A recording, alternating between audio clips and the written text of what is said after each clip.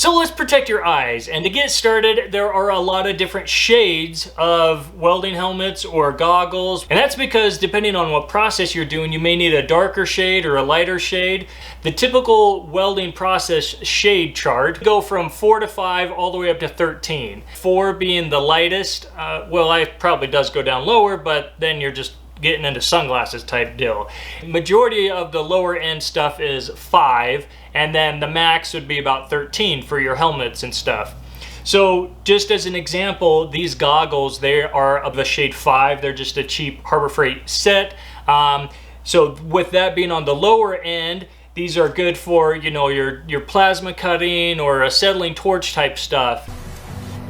This came in a set. It had both kind of a fixed lens and then one that pops up. And so, like I said, you don't want to use these when you're welding because they're too light, and really I don't do that much plasma cutting, and I don't have an acetylene torch, so they sit there a lot. So let's bump it up a little bit. I'll tell you why. There's a reason why this little guy is still in the packaging.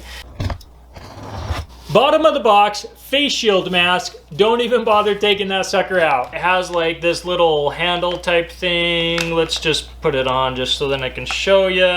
And there you have it. So yes, technically you can fold these back, but honestly it's going back into the box, so I'm not really gonna fully assemble this. This is a face shield face mask. It is a set shade, so you can't change the shade. They're useless, okay? And that's because if you are just starting out welding, really you got to think about technique and control, and welding, holding a steady arm. I like to have 2 points of contact. You like to use my second arm to actually be welding.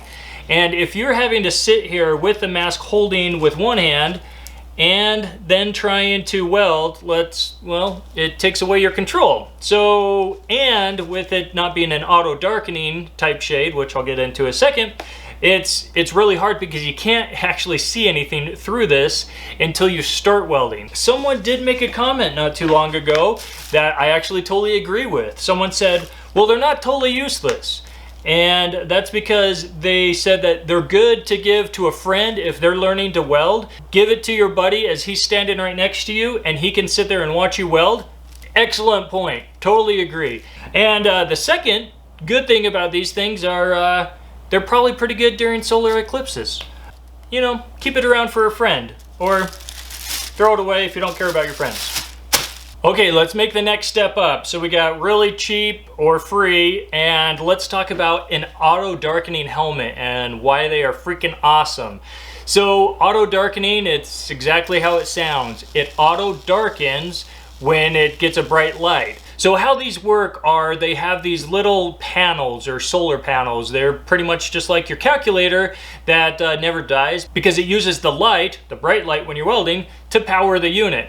And what this does is it has like these little microcrystals and everything, really cool deal, to where as within a fraction of a second, which I think it's like 1/25 hundredths of a second, it will darken once it sees the light, or so once you start welding. Some of them have batteries, and yes, you do need to check it out, so just keep that in mind that you do need to like check them, and you can get replacement lenses. So this top part is that panel idea, and your viewing area is only this section. It's not that much bigger than these fixed shade lenses. This guy's about $30–40 I think on sale roughly. So it's one of the cheapest auto darkening helmets that you can get. There's a whole bunch on Amazon. This one's from Harbor Freight. Some of them have little designs. That doesn't matter. What you care about is if it's an auto darkening and really kind of how big the face shield is. There are a couple controls and knobs back here. One of them is for sensitivity and one of them is for delay. So sensitivity is really at what point does it trigger when it sees light. As you can imagine, you want to kind of play with that a little bit. You don't want to just have it be darkening when you see your shop lights. You want to actually have it go when it sees the weld. And there is a delay function as well, but I don't really mess with that as much. But here on the side, this is where you actually can change your shades. So this one can go down from a grinding shade, it even says grind on it, and it can go up to 13. Just go back to the chart on what you were doing and roughly the amperage you're at to pick which shade you should be welding at, and you'll be good. And now we have another auto darkening helmet. So let's dive into some of the features on why this one's a little more expensive than this guy. Now keep in mind, these are still all relatively cheap masks or welding helmets.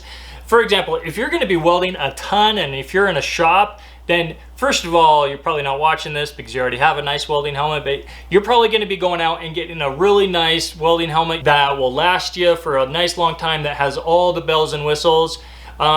These first of all, these aren't for you guys. These, you know, if you're in that type of shop setting, then yes, go spend the money. You're going to be using it every day. All day. You need that comfort, you need that, you know, adjustability, but this does give you a great lower end scale, as you will.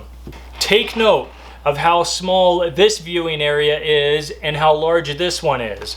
Yes, this does have a nice large viewing area, and it actually has two on the sides as well. Now, I actually haven't really noticed that big of a difference, like with my peripheral vision while welding, and so I wouldn't spend more money to get one of those, but I would spend the extra money to get the larger viewing area. That is a lot nicer. A lot more adjustability with the headset. This thing is super comfortable wearing it. This one does have batteries in it, and so there is a battery test. Always check that before you start out welding. It has the same sensitivity knob, so you can change the sensitivity. Has the same delay knob as well.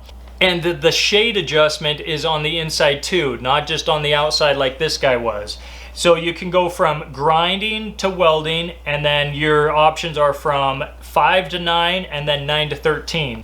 And now one of the biggest things that sets these apart is that you might want to keep in mind is this has a clear view lens. If you notice through these videos, this guy has a greenish tint to it, kind of just a weird hue to it, whereas this is closer to a clear view. I mean, it's not like you're just looking through plain glasses, but this does have a very noticeable difference of a clear view or a clear lens. So you'll notice that reading the descriptions on some of the nicer ones. So just to give you an idea, this helmet's about $140, $150. And yeah, it has some of those nicer features. I believe one of the cheapest clear lenses that I've seen is about $100, and I think it's still put out by Yes Welder. If this guy did break today, I would go buy another one. Probably not this model, just because I don't necessarily care for the side view. I don't really care for it. What I do care for though is the larger viewing area and the clear lens. I would definitely look for getting one of those again. And if you were just starting to dip your toes in this money sucking pit of a hobby, then just stick with a cheaper auto darkening helmet and you'll be good. Keep in mind, I'm not sponsored by any of these guys, but I do have an affiliate link with Yes Welder, so if you do by chance buy anything from them, use the link below. It helps me out just a little bit to keep these videos rolling. Thanks for watching. We'll see you next time.